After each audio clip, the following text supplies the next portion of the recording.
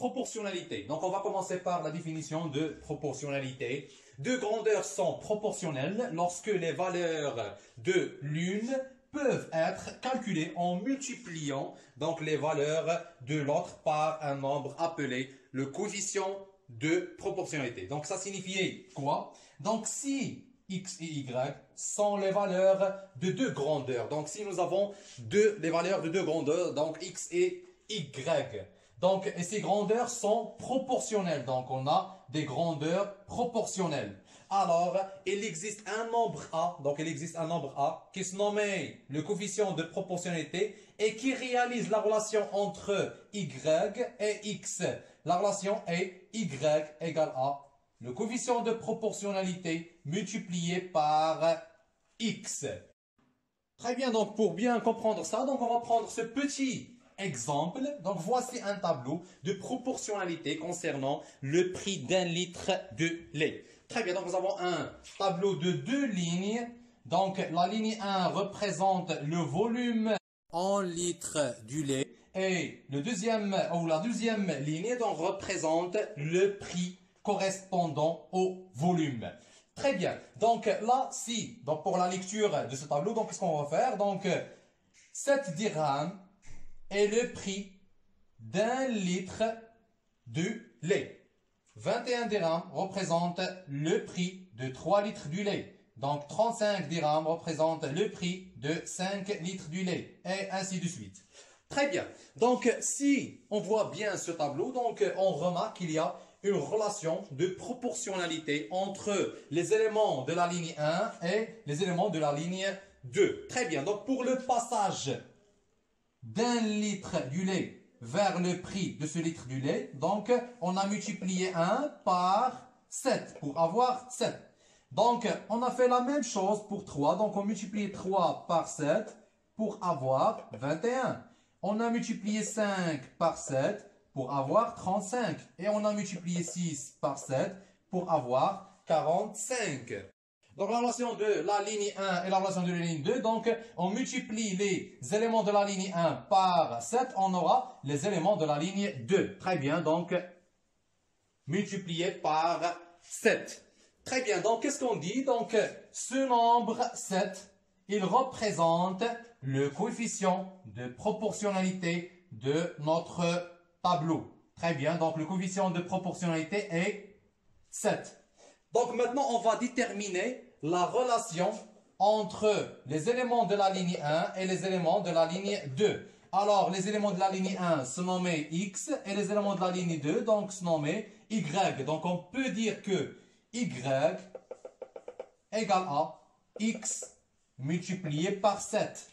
Y égale à, donc c'est X multiplié par 7. Avec 7, c'est le coefficient de proportionnalité de notre tableau. Très bien, donc on va voir est-ce que ça c'est juste. Donc pour quelques éléments, si on prend par exemple le volume 3. Donc si je remplace X par 3, le prix correspondant, donc c'est Y. 3 multiplié par 7 égale à quoi? Donc Y égale à 21. Et c'est le prix en dirhams que nous avons sur le tableau. Donc, notre relation de proportionnalité est juste.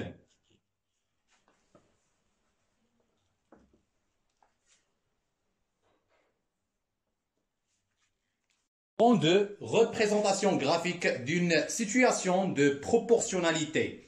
Très bien, donc propriété, la propriété dite, une situation de proportionnalité est représentée graphiquement par des points alignés, donc des points qui sont alignés sur une droite, et cette droite, donc elle passe par l'origine du repère. Et donc on va voir sur l'exemple, donc la représentation graphique du tableau d'exemple numéro 1. Donc nous avons ce tableau qu'on a vu sur l'exemple numéro 1.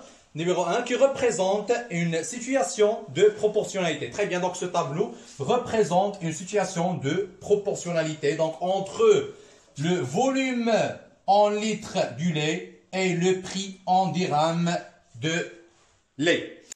Très bien, donc sur le graphique, donc qu'est-ce que nous avons? Donc nous avons l'axe des ordonnées qui représente le prix en dirhams, donc le prix en dirhams, donc qui est représenté par Y, et l'axe des abscisses, donc il représente le volume du lait en litres. Très bien, donc on va commencer par 1 litre du lait. Donc le prix de ce litre, donc c'est 7 dirhams. Très bien. Donc 1 litre du lait, son prix est 7 dirhams. Donc c'est le premier point. Très bien. Donc pour deuxième colonne, donc nous avons 3 litres du lait. Le prix de ces 3 litres du lait, donc c'est 21 dirhams. Très bien. Donc 3 litres du lait, 21 dirhams. C'est le deuxième point. Troisième point, donc, pour 5 litres du lait. Donc, le prix ici, c'est 35 dirhams. Donc, 5 litres du lait. Le prix, c'est 35 dirhams. Troisième point. Le quatrième point, donc, pour 6 litres du lait. Donc, le prix, c'est 42 dirhams.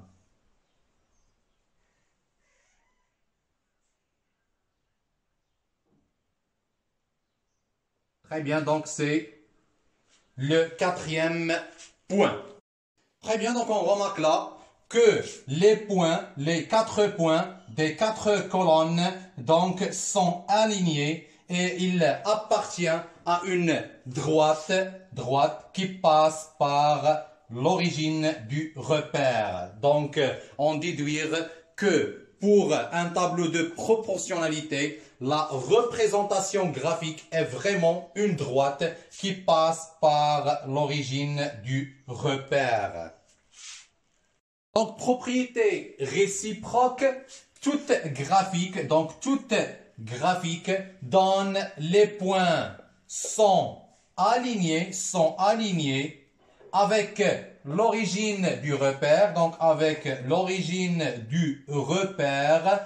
représente une situation de proportionnalité, donc c'est-à-dire que d'après la représentation graphique, on peut déterminer est-ce qu'il s'agit d'une situation de proportionnalité ou non. Très bien, donc sur l'exemple, on va voir 2 représentations graphiques.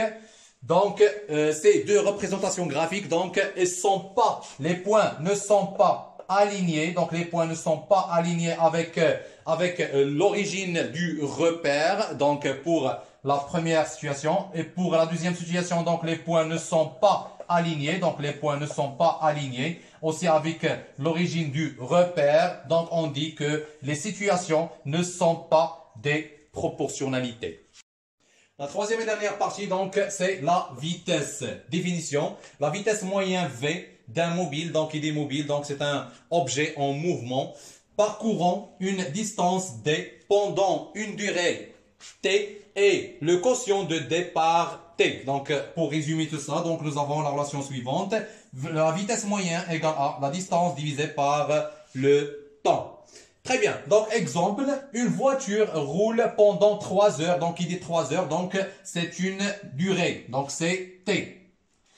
À une vitesse de 70 km par heure. Donc, la vitesse, donc, c'est la vitesse moyenne. Très bien. Donc, calculer la distance. Donc, ce qui est demandé, c'est la distance. Calculer la distance parcourue. Donc, on va utiliser notre relation. Donc, on sait que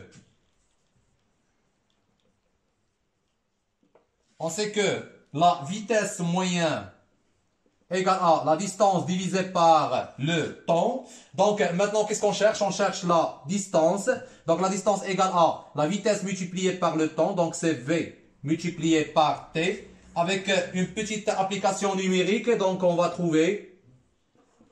Donc, la distance égale à, c'est V, c'est 70 km multiplié par le temps qui est 3. Très bien, alors la distance égale à, donc c'est 210 km. Donc, qu'est-ce qu'on va dire? Donc, la distance parcourue est, alors, la distance parcourue est 210 km.